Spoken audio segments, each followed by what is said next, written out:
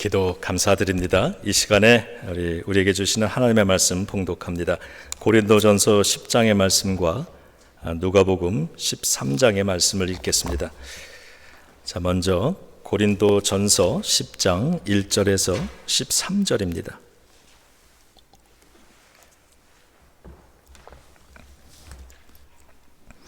형제들아, 나는 너희가 알지 못하기를 원하지 아니하노니 우리 조상들이 다 구름 아래에 있고 바다 가운데로 지나며 모세에게 속하여 다 구름과 바다에서 세례를 받고 다 같은 신령한 음식을 먹으며 다 같은 신령한 음료를 마셨으니 이는 그들을 따르는 신령한 반석으로부터 마셨음에 그 반석은 곧 그리스도시라.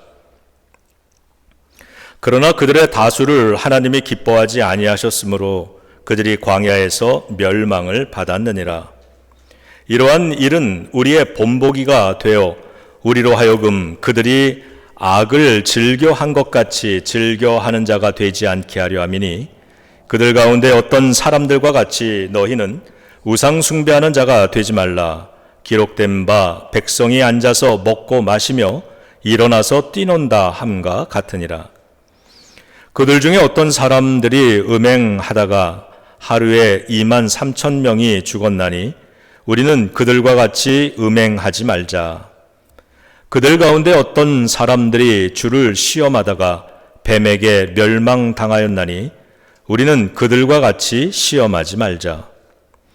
그들 가운데 어떤 사람들이 원망하다가 멸망시키는 자에게 멸망하였나니 너희는 그들과 같이 원망하지 말라. 그들에게 일어난 이런 일은 본보기가 되고 또한 말세를 만난 우리를 깨우치기 위하여 기록되었느니라. 그런즉 선줄로 생각하는 자는 넘어질까 조심하라. 사람이 감당할 시험 밖에는 너희가 당한 것이 없나니 오직 하나님은 미쁘사 너희가 감당하지 못할 시험 당함을 허락하지 아니하시고 시험 당할 즈음에 또한 피할 길을 내사 너희로 능히 감당하게 하시느니라. 아멘. 누가복음 13장 1절에서 9절 말씀 계속해 봉독합니다. 그때 마침 두어 사람이 와서 빌라도가 어떤 갈릴리 사람들의 피를 그들의 제물에 섞은 일로 예수께 아뢰니 대답하여 이르시되 너희는 이 갈릴리 사람들이 이같이 해 받음으로 다른 모든 갈릴리 사람보다 죄가 더 있는 줄 아느냐? 너희에게 이르노니 아니라 너희도 만일 회개하지 아니하면 다 이와 같이 망하리라. 또 실로암에서 망대가 무너져 치여 죽은 18사람이 예루살렘에 거한 다른 모든 사람보다 죄가 더 있는 줄 아느냐? 너희에게 이르노니 아니라 너희도 만일 회개하지 아니하면 다 이와 같이 망하리라. 이에 비유로 말씀하시되 한 사람이 포도원에 무화과 나무를 심은 것이 있더니 와서 그 열매를 구하였으나 얻지 못한지라.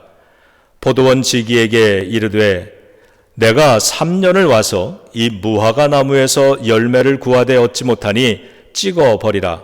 어찌 땅만 버리게 하겠느냐. 대답하여 이르되 주인이여 금년에도 그대로 두소서. 내가 두루 파고 거름을 주리니 이후에 만일 열매가 열면 좋거니와 그렇지 않으면 찍어 버리소서 하였다 하시니라. 아멘. 하나님의 말씀입니다.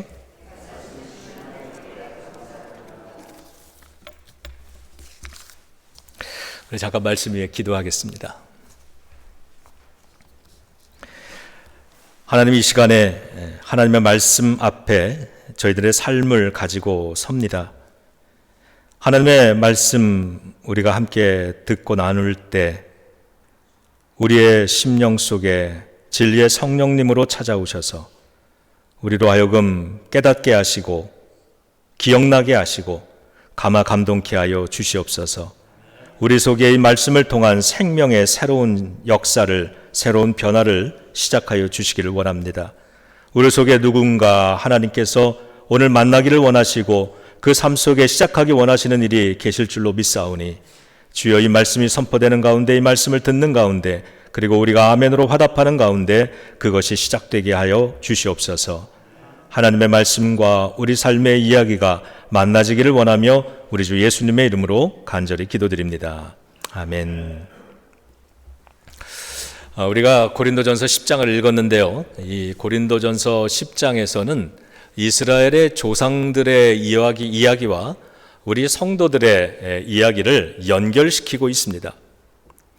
이스라엘이 모세에게 속하여 종살이하던 애굽에서 해방되었듯이 우리는 예수 그리스도에게 속하여 죄와 사망으로부터 해방되었습니다. 이스라엘이 모세를 따라서 홍해바다라고 하는 물을 통과했듯이 우리는 예수 그리스도의 이름으로 물 세례를 받습니다.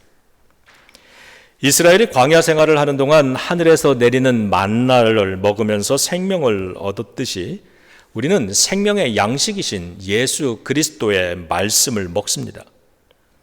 이스라엘이 사막의 반석에서 흘러나오는 생수를 마시면서 생명을 유지했듯이 우리는 반석이신 예수 그리스도를 통해서 생명수를 마십니다.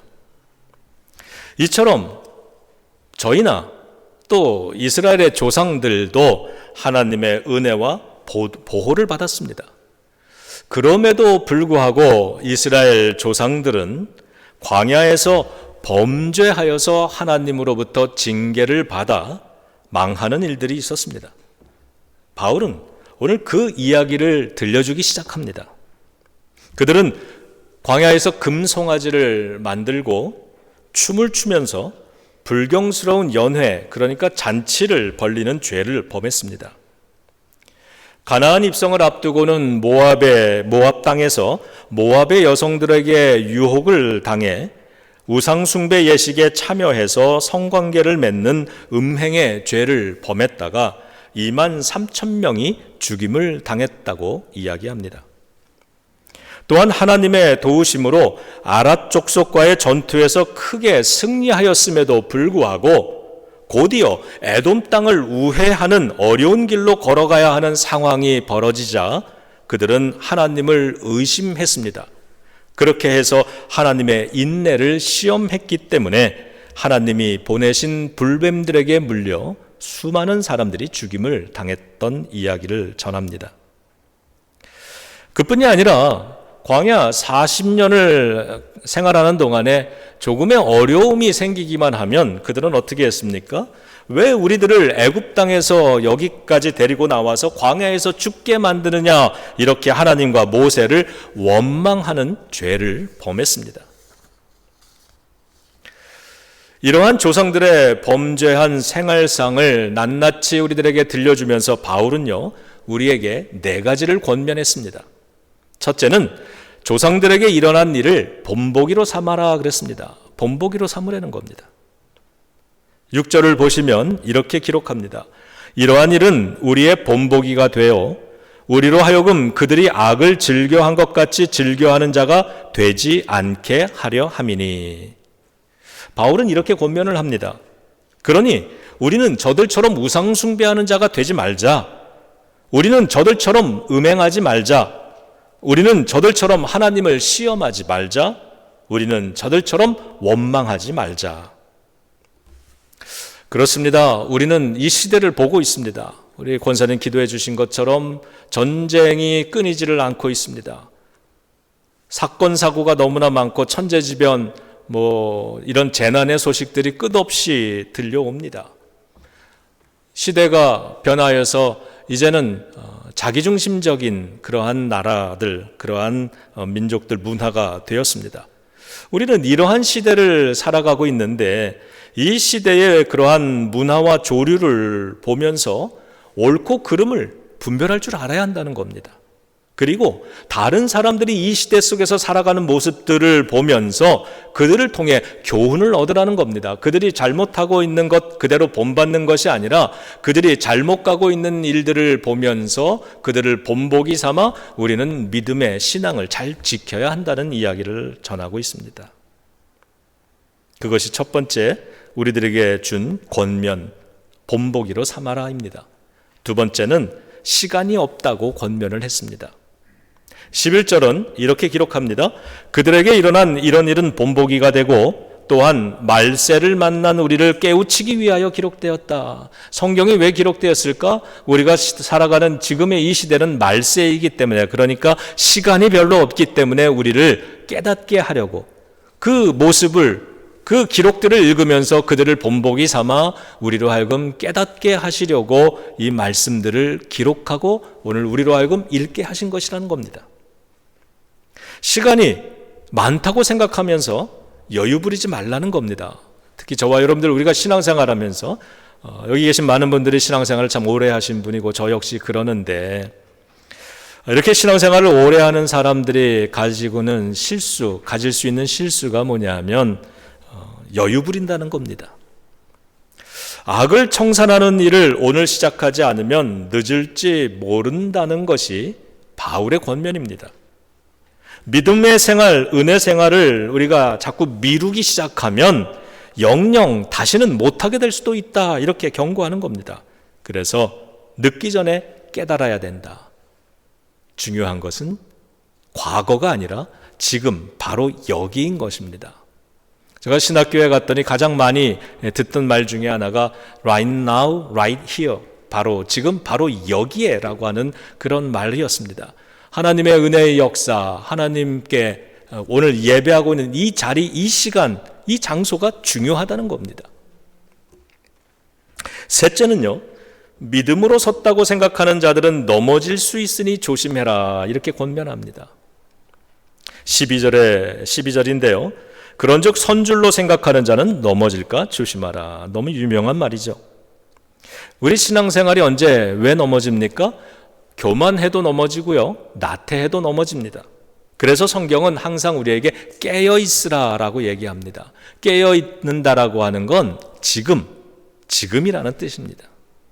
그래서 저나 여러분이나 어떤 생각을 가지고 여러분은 스스로의 믿음을 어떻게 평가하고 계시는지는 모르겠지만 저를 포함해서 우리가 섰다고 생각되면, 어느 정도 하고 있다고 생각되면 조심하라는 겁니다.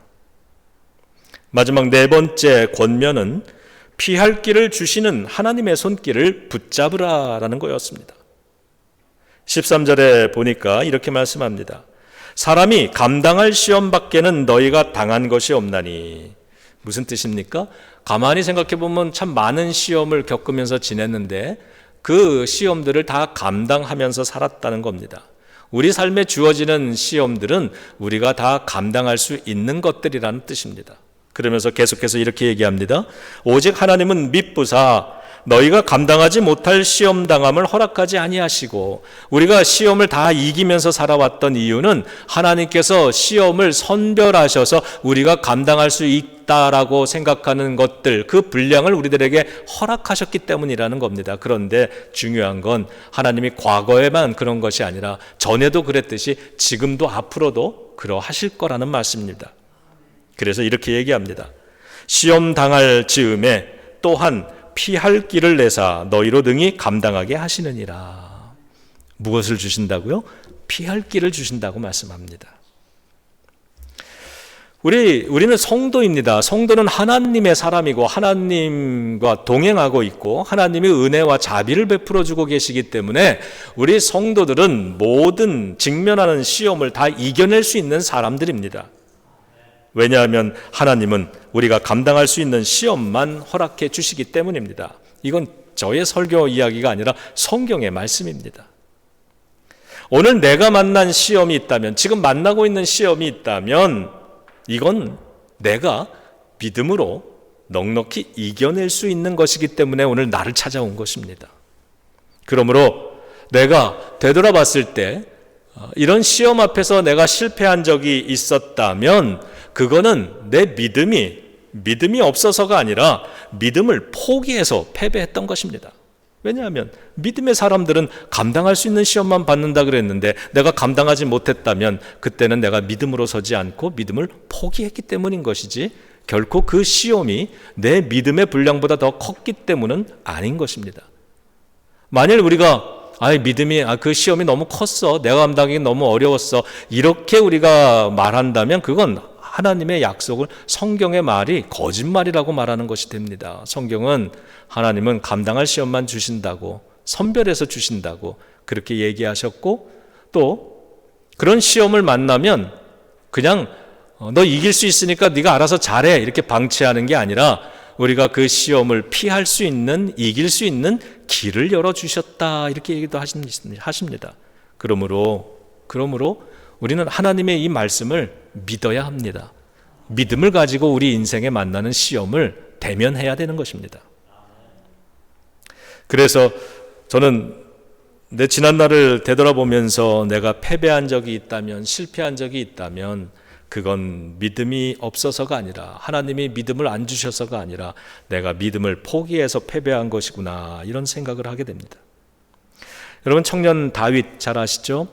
소년 다윗이 힘을 가지고 있었는데 그 힘으로 골리앗을 이길 수 있었습니다. 그러니까 청년 다윗에게는 골리앗을 이길 힘이 이미 있었다는 겁니다. 그의 앞에 골리앗이라고 하는 어마어마한 시험거리가 닥쳐왔지만 다윗은 이길 수 있었다는 겁니다. 그게 성경의 이야기입니다.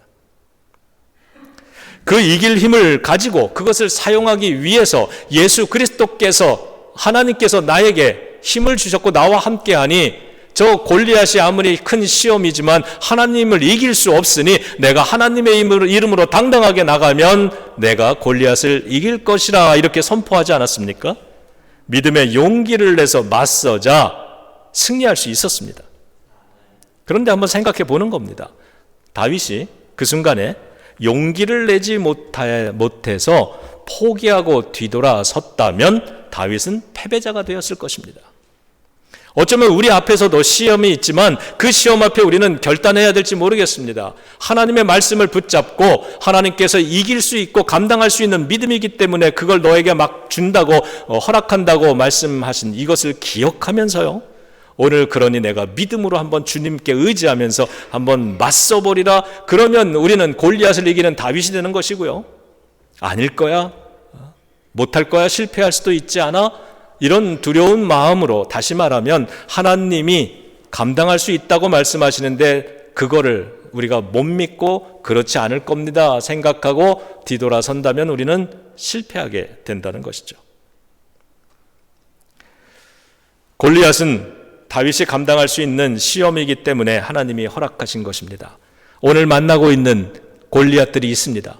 그 골리앗들은 하나님께서 여러분들이 감당할 수 있기 때문에 허락하신 시험인 줄로 믿으시기 바랍니다. 우리 성도가 만나는 이러한 골리앗 같은 모든 시험들을 우리가 이겨낼 수 있는 또 하나의 이유는 하나님은 시험 당할 때쯤이면 항상 피할 길을 주셨기 때문이라고 하셨습니다.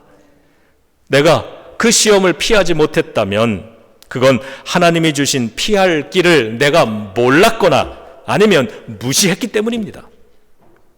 믿음으로 결단해야 할 때를 자꾸 미루지 말아야 합니다. 어쩌면 오늘 이 시간이 여러분 가운데 누군가에게는 지금이 결단해야 될 그 시간일 수 있습니다. 하나님이 피할 길을 열어주셨는데 그것을 모르지 말아야 되고요, 그것을 거부하지 말아야 되는 것입니다. 그 피할 길을 붙드시기를 주님의 이름으로 축원합니다.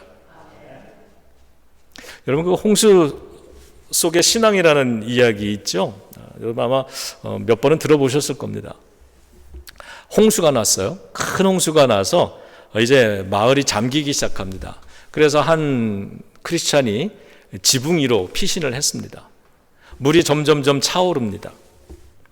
그러자 지붕으로 올라간 그 성도는 하나님께 간절히 기도했다 그러죠. 하나님, 저를 구원해 주세요. 이렇게 기도하고 있는데 잠시 후에 한 사람이 나무 조각 하나를 붙잡고 떠내려 갑니다. 그러면서 지붕 위의 크리스찬을 향해서 여기를 붙잡아요, 함께 가요 그랬습니다. 그러나 그 성도는 이렇게 말합니다. 아닙니다. 하나님께서 저를 직접 구해 주실 것입니다. 물이 조금 더 차오릅니다.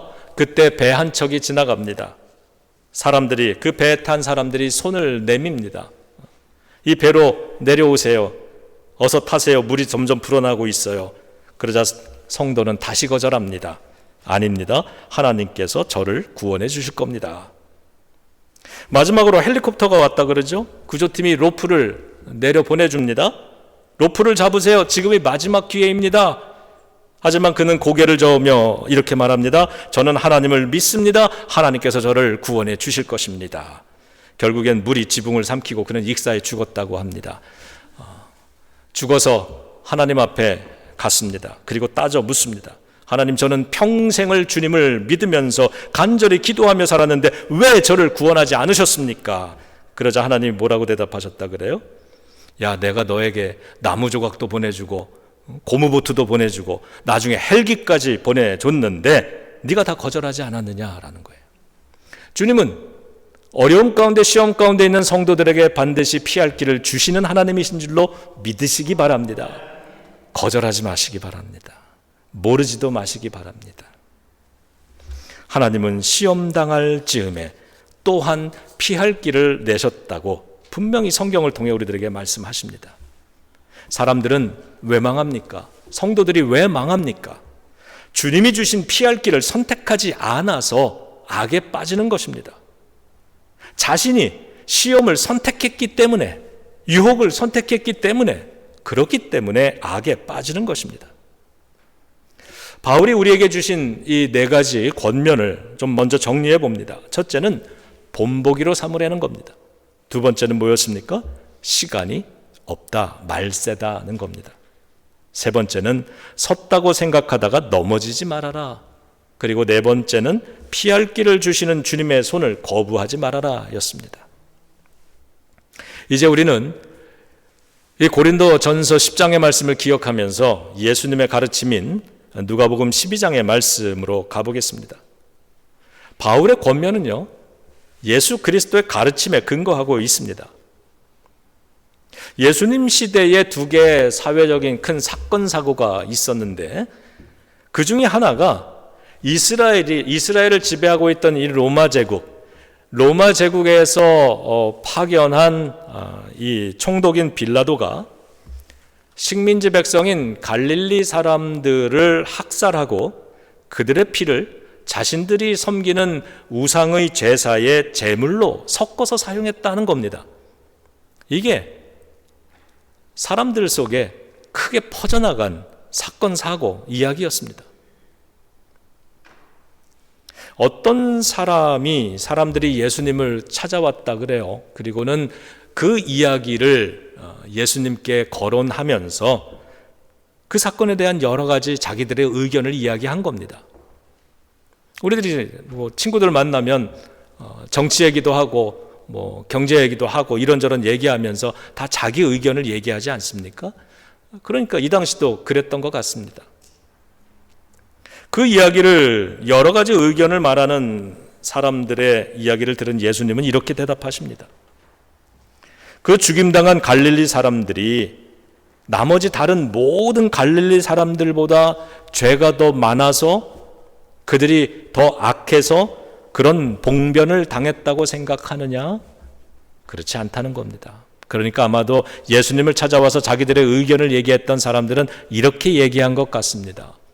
그들이 죄를 저렇게 봉변을 당하고 학살을 당해서 피가 재물에 섞여서 들여지고 살고 이러한 불행한 일, 너무 안타깝고 화가 나는 일을 겪었지만 그 사람들이 죄를 짓지 않았다면 어떻게 그런 재난을, 봉변을 당해서 망했겠습니까? 아마 이렇게 얘기했던 것 같습니다. 그때 예수님이 뭐라 그러시냐 하면 그렇지 않다는 겁니다. 나머지 살아있는, 봉변을 당하지 않은 사람들은 그러면 더 죄가 없다는 거냐, 그 사람들보다. 만일에요, 예수님의 말씀을 묵상을 해보면 이렇게 말씀하시는 걸로 들려집니다.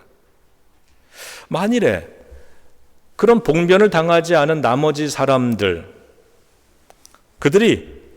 이들은 죄가 있어서 봉변을 당하는 거라면 이 사람들은 죄가 없어서 봉변을 안 당한 것이라고 생각하느냐? 그렇지 않지 않느냐? 모든 사람들이 죄가 다 있는데 죄 때문에 그런 봉변을 당해야 한다면 나머지 모든 사람들 너도 봉변을 당해야 될 것 아니냐? 갈릴리 백성들이 학살당한 것은 갈릴리 사람들이 악해서가 아니라, 여러분 이거 잘 봐야 됩니다. 누가 악해서 벌어진 일입니까? 빌라도가 악해서 벌어진 일입니다.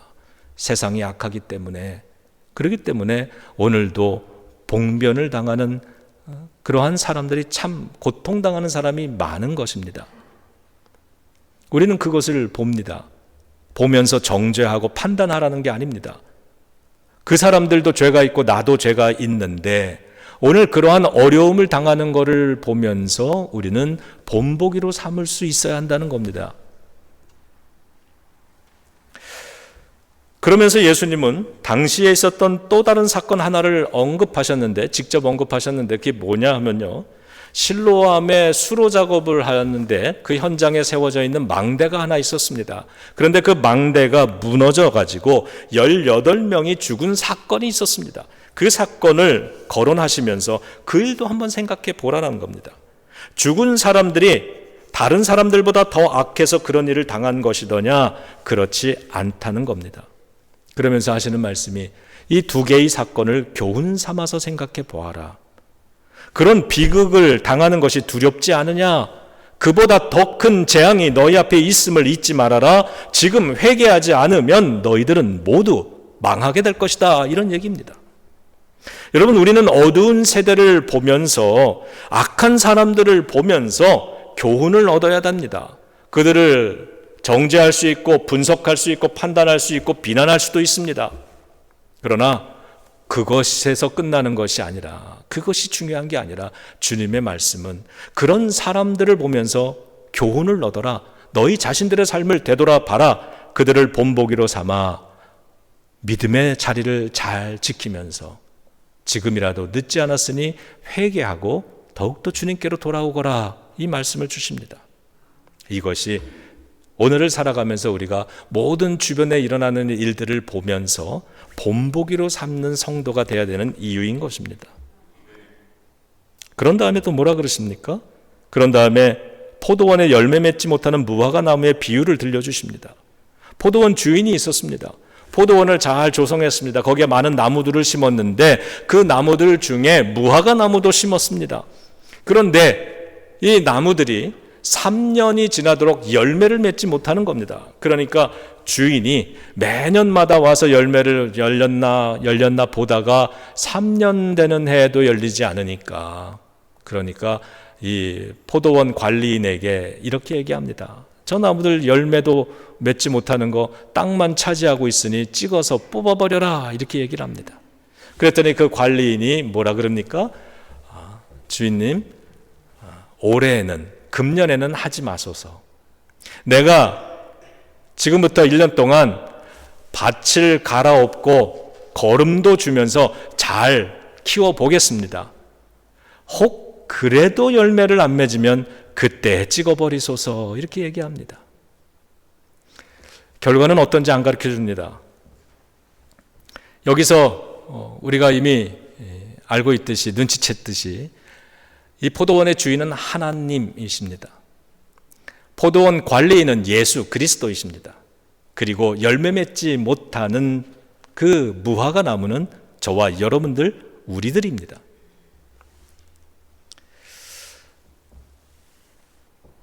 주님은 하나님께 이렇게 말씀하신 겁니다. 이렇게 요청하는 겁니다.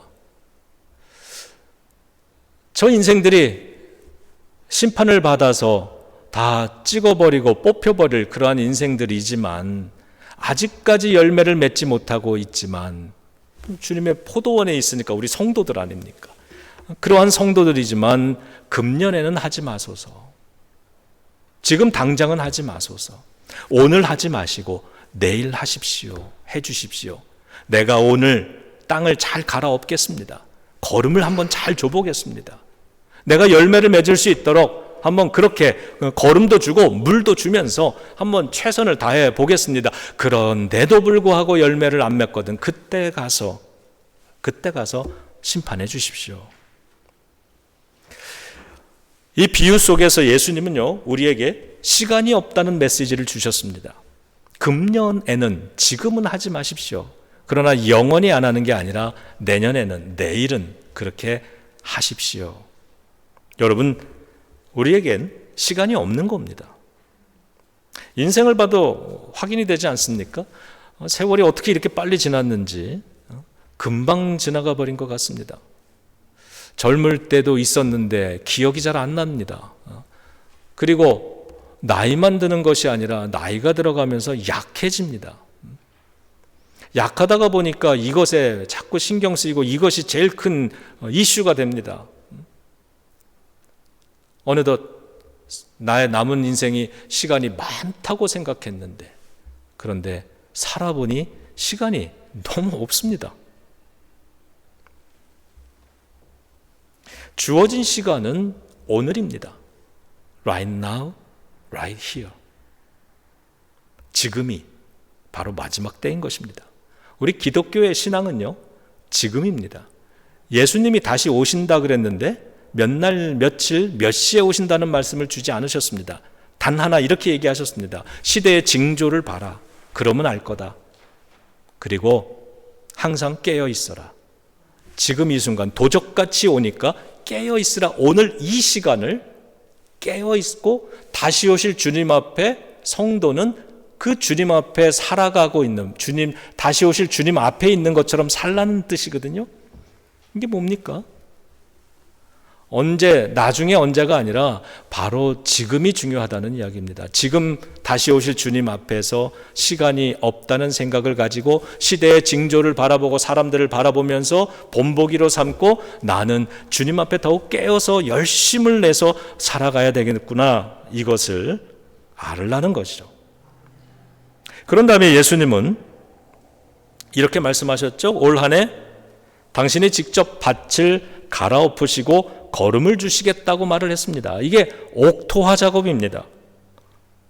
우리가 잘 아는 옥토의 비유입니다. 지금 이 시간에 예수님께서 우리 안에, 우리의 인생에 그 일을 하고 계신다는 겁니다. 갈아엎고 계십니다. 거름을 주십니다. 물을 주십니다. 오늘 이 예배를 통해서 이 시간에 우리들에게 생명의 말씀도 주시고 또 생수도 부어 주십니다. 그러면서 무엇을 하십니까? 저와 여러분들 우리들의 이 마음밭을 옥토로 지금 만들고 계시는 겁니다. 내가 그렇게 하겠습니다. 그렇죠? 지금도 저와 여러분들 우리들의 인생에 주님의 손길이 닿고 있는 겁니다. 이 예배를 통해서 우리에게 그 일을 하고 계시는 거죠. 그런데 성경이 뭐라 그럽니까? 피리를 불어도 춤추지 않고 애곡하여도 눈물을 흘리지 않는 세대이기 때문에 주님이 이 시간 우리들에게 옥토화 작업을 마음밭을 갈아엎고 계시는데도 불구하고 사람들은 그 은혜를 거부하고 계속해서 돌밭으로 살아가고 길가와 같이 단단한 그러한 길가로 남는 것입니다. 가시덤불이라는 근심이나 상처나 분노와 같은 상한 감정에 발목 잡혀서 살기를 고집하고 있는 겁니다. 그래서 지금 예수님께서는 십자가의 보혈과 그 사랑과 은혜를 가지고 우리의 마음밭, 우리의 인생밭을 갈아엎고 계시는 것입니다. 이것이 주님이 제공하시는 피할 길이라는 겁니다. 시험이 왔지만 그 시험을 당할 때 성도에게 피할 길을 주시는 것입니다. 그러니 우리가 이 시대를 본보기 삼아서 깨어서 이 주님의 손길에 우리를 자신을 맡긴다면 우리는 뽑히는 것에서 찍혀버리는 것에서 그 망하는 길에서 우리는 피할 길을 얻는 것이죠.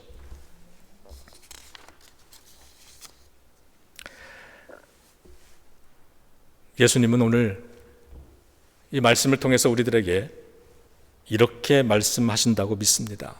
자기는 돌밭이면서 옥토라고 착각하지 말아라.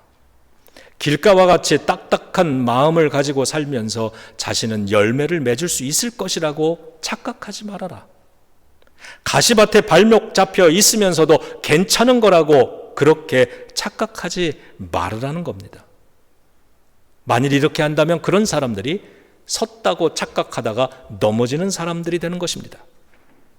오늘 말씀을 마무리하겠습니다. 여러분, 지금은 사순절입니다. 사순절은 예수님의 그 십자가를 준비하는 40일의 기간 동안에 무엇보다도 회개할 것을 요청하고 있습니다. 이 시대를 본받지 말고 오직 마음을 새롭게 함으로 변화를 받아서 하나님의 선하시고 기뻐하시고 온전하신 뜻이 무엇인지를 분별하라. 로마서 12장 2절의 말씀입니다. 우리는 이 시대를 분별할 수 있어야 됩니다. 이 시대를 보면서, 어두운 시대를 보면서 비판만 하라고 판단만 할 게 아니라 그것을 분별하며 본보기로 삼아야 하는 것입니다. 여러분, 지금은 그 세태를 그거를 교훈 삼아서 지금은 회개해야 되는 때입니다. 회개는 변화를 만든다는 뜻입니다. 기독교의 모든 변화의 시작은 회개를 통해서, 회개로부터 시작이 됩니다. 구원도 회개로부터 열려지는 것입니다. 지금은 내 삶에 변화를 만들어야 된 때라는 사실을 우리가 잊지 말았으면 좋겠습니다. 그런데 그 변화는요, 우리가 결단해서 만드는 것이 아니라 예수 그리스도께서 만들어 가신다고 가르쳐 주시니 이것이 얼마나 큰 은혜입니까? 우리를 옥토로 만드는 작업은 지금 예수님이 하고 계십니다. 이 예배를 통해서 우리가 찬양을 드릴 때, 말씀을 읽을 때, 이 예배의 시간, 공간 안에 우리가 있을 때, 저 십자가를 바라볼 때 주님께서는 오늘도 생명의 양식으로 우리를 먹이시고 생수로서, 생명수로 우리를 적셔주십니다. 그러므로 우리는 주님의 손에 우리 자신을 맡겨드려야 합니다. 주님이 찾아오시면 주님을 영접할 줄도 알아야 하는 것입니다. 주님이 은혜를 부어주시면 그 은혜에 마음을 열고 그 은혜를 받아들일 줄도 알아야 하는 것입니다. 예수님이 이 보트를 보내시면 보트에 내민 손을 붙잡을 줄도 알아야 하는 것입니다. 주님의 손에 여러분 자신을 맡겨드리시기 바랍니다. 자꾸 이런 생각 저런 생각, 자기의 생각과 판단을 가지고, 잣대를 가지고 주님 앞에서 서 있지 마시고, 우리의 자녀들도 주님의 그 손길에 자기를 잘 맡겨드리면 참 좋겠습니다. 은혜의 마음을 열고 은혜의 사람들이 될 때 우리는 피할 길을 얻은 것입니다. 주님께 맡겨드리기 위해서 우리는 죄 많은 이 세상, 죄 많은 사람들을 본보기로 삼고요, 주님의 은혜를 받아들여야 되는 것을 나중으로 미루지 말고요, 섰다고 생각하면서 교만하다가 넘어지지 말고요, 피할 길을 주시는 그 주님의 은혜의 손길, 거기에 그 손길에 우리의 삶을 맡겨드려야 되는 줄로 믿습니다. 그러면 오늘 성경이 말씀합니다. 예수님이 약속하십니다. 그러면 열매를 맺으리라. 우리의 삶, 우리의 가정, 우리의 기업, 그리고 우리가 살아가는 이 예비교회 반드시 열매를 맺게 될 줄로 믿습니다. 그런 성도들로 살아가시기를 우리 주 예수 그리스도의 이름으로 축원합니다. 기도하겠습니다. 하나님 고맙습니다. 우리가 어찌해야 합니까? 이 연약한 우리를 긍휼히 여겨 주시옵소서.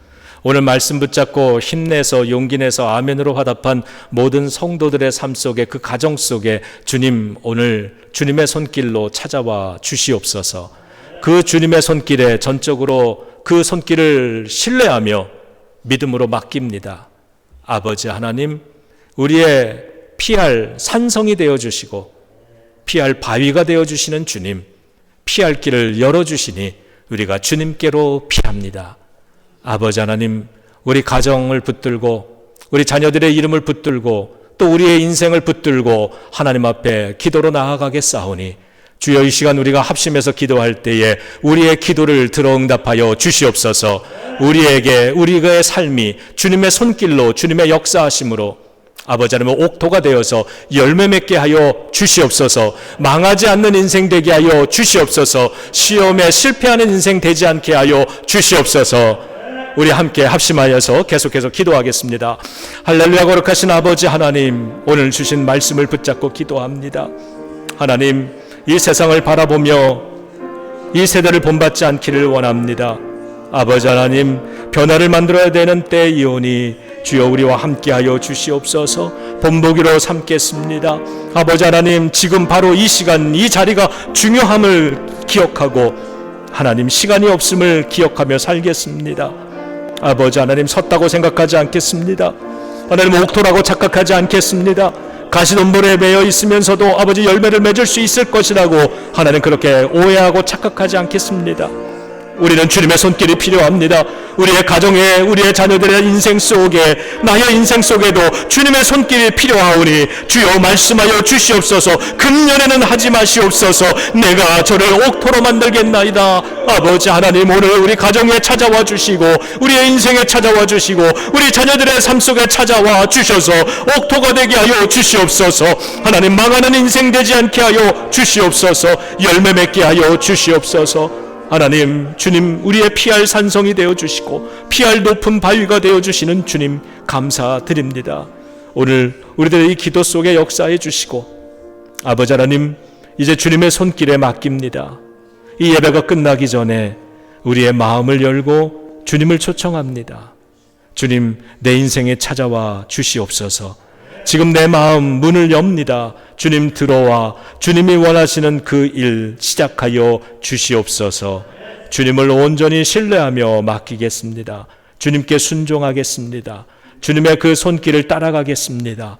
아버지 하나님, 이제 우리들이 어떻게 인생이 변화되는지, 어떻게 옥토가 되고 어떻게 열매가 맺히기 시작하는지를 우리들이 눈으로 보게 될 줄로 믿습니다. 우리들의 삶 속에서도, 우리들의 가정 속에서도, 우리들의 기업 속에서도, 그리고 우리의 사랑하는 자녀들의 인생 속에서도 하나님 그 열매가 맺히는 것을 보기를 원합니다. 주여, 자비를 내려 주시옵소서. 금년에는 하지 마시옵소서. 이 모든 말씀 예수님의 이름으로 기도드립니다. 아멘.